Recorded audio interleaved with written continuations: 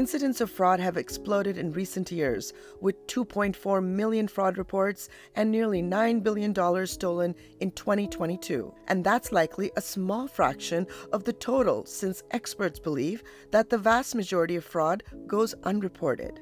Unfortunately, these stories are not uncommon. Scams and seemingly constant scam attempts by phone or email and text have grown so pervasive, 2/3 of Americans say that they're at a crisis level.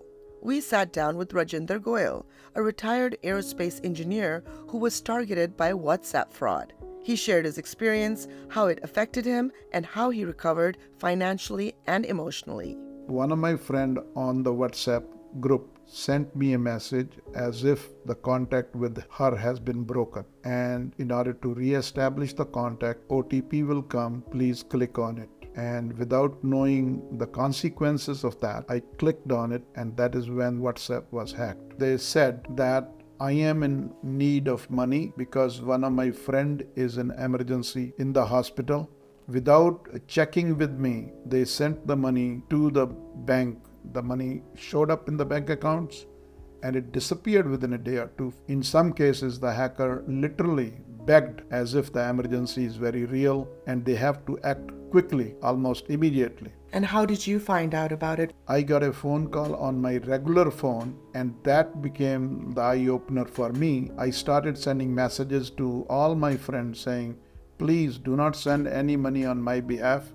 My WhatsApp has been hacked. After contacting friends, I found out how much money has been swindled, and I have the details. 6 people detail I have, but these people whom I came to know, I reimbursed their money. How did that make you feel at that moment? I was terribly disturbed. I was very angry. Particularly, you feel helpless and you have no way of stopping this kind of a crime. The best advice is, if you find something fishy, do not click on it. Secondly, if a money request or an emotional plea comes to you for acting quickly, which means they don't give you the time to think about it or validate it, do not respond to such messages. I do not answer any phone calls which are not on my listings. I do not click on the sites which are very many times shown on the email. I have become careful. In another alarming case of fraud, a retired business owner, Urvashi Kadakia, was left financially and emotionally traumatized when a criminal gang stole thousands of dollars from her through fraudulent checks.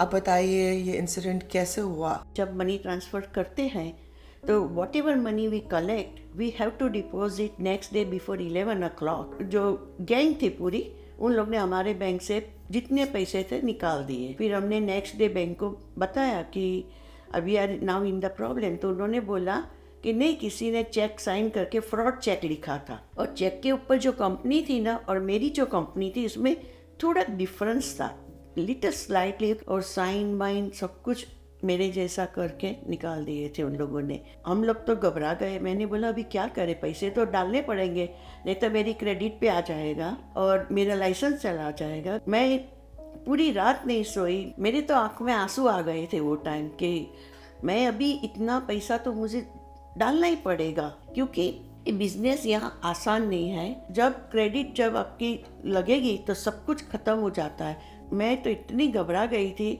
कि खाना भी दिखता नहीं था कि खाना खा लूँ क्या, और आँख में पूरा आंसू थे कि क्या करूँ अभी, और पूरी कंफ्यूज हो गई थी. बैंक ने वो फ्रोज कर दिया मेरा अकाउंट और फिर दूसरा खोलना पड़ा. और वो पूरी गैंग थी. वो इंसिडेंट से क्या होता है, वो दिमाग से जाता नहीं है.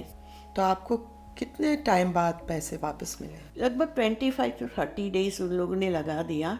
पर I have to call them every day because bank की गलती की वजह से हम लोग को भुगतना पड़ा. तो आप क्या एडवाइस देंगे दूसरे लोगों को अपने आप को सिक्योर रखने के लिए?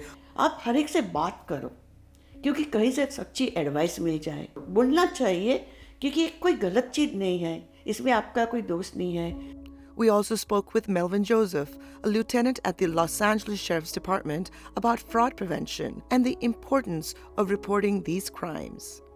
There are many types of fraud, but 3 of the most common there are impersonator scams, and that's typically when a scammer will contact a potential victim and pretend to be a government agency, typically the IRS, saying you owe some money and you have to pay them immediately. Another common type is a romance or investment type of scam. They form this relationship and then come up with reasons never to meet, but always that they need money. A third type is a grandparent scam, and that's typically when a scammer will call a potential victim, usually somebody who's elderly, and pretend to be a loved one, a family member who is in trouble, maybe in jail, and they need some money. In these types of scams, we're starting to see AI is used more often to maybe mimic a voice or something that could be similar to a loved one, or it could be an investment type thing where they offer something in crypto, or an opportunity seems too good to be true. There are a lot of red flags when it comes to this. One of the major ones is anytime anyone you have not met is asking you for money. Another red flag is when there's an urgency. Typically the scammers, when they're in contact with you and they're trying to get your money, they'll volunteer to stay on the phone, walk you through the process, show you how to get to a Western Union, something of that nature. Anytime somebody's asking you for money and also telling you not to tell anyone else about it, that should be another red flag. You do need to verify, double verify. So number one resource is always going to be to call your local police agency and file that report. Or even before that, you should call your bank and let them know you've been a victim of fraud so they can freeze your account so no more damage can be done. And then you should call the 3 credit bureaus, Experian, Equifax, and TransUnion, and make sure that they're aware that you have been the victim of fraud. So if something doesn't seem right, it probably isn't right. There's no reason to be embarrassed. You're a victim of a crime. It's not your fault. It is important to remember that this can happen to anyone of any age or background. So if your loved one has been targeted by a scam or fraud, treat them with empathy and respect instead of judging them or casting blame on them. The emotional impact of fraud is significant.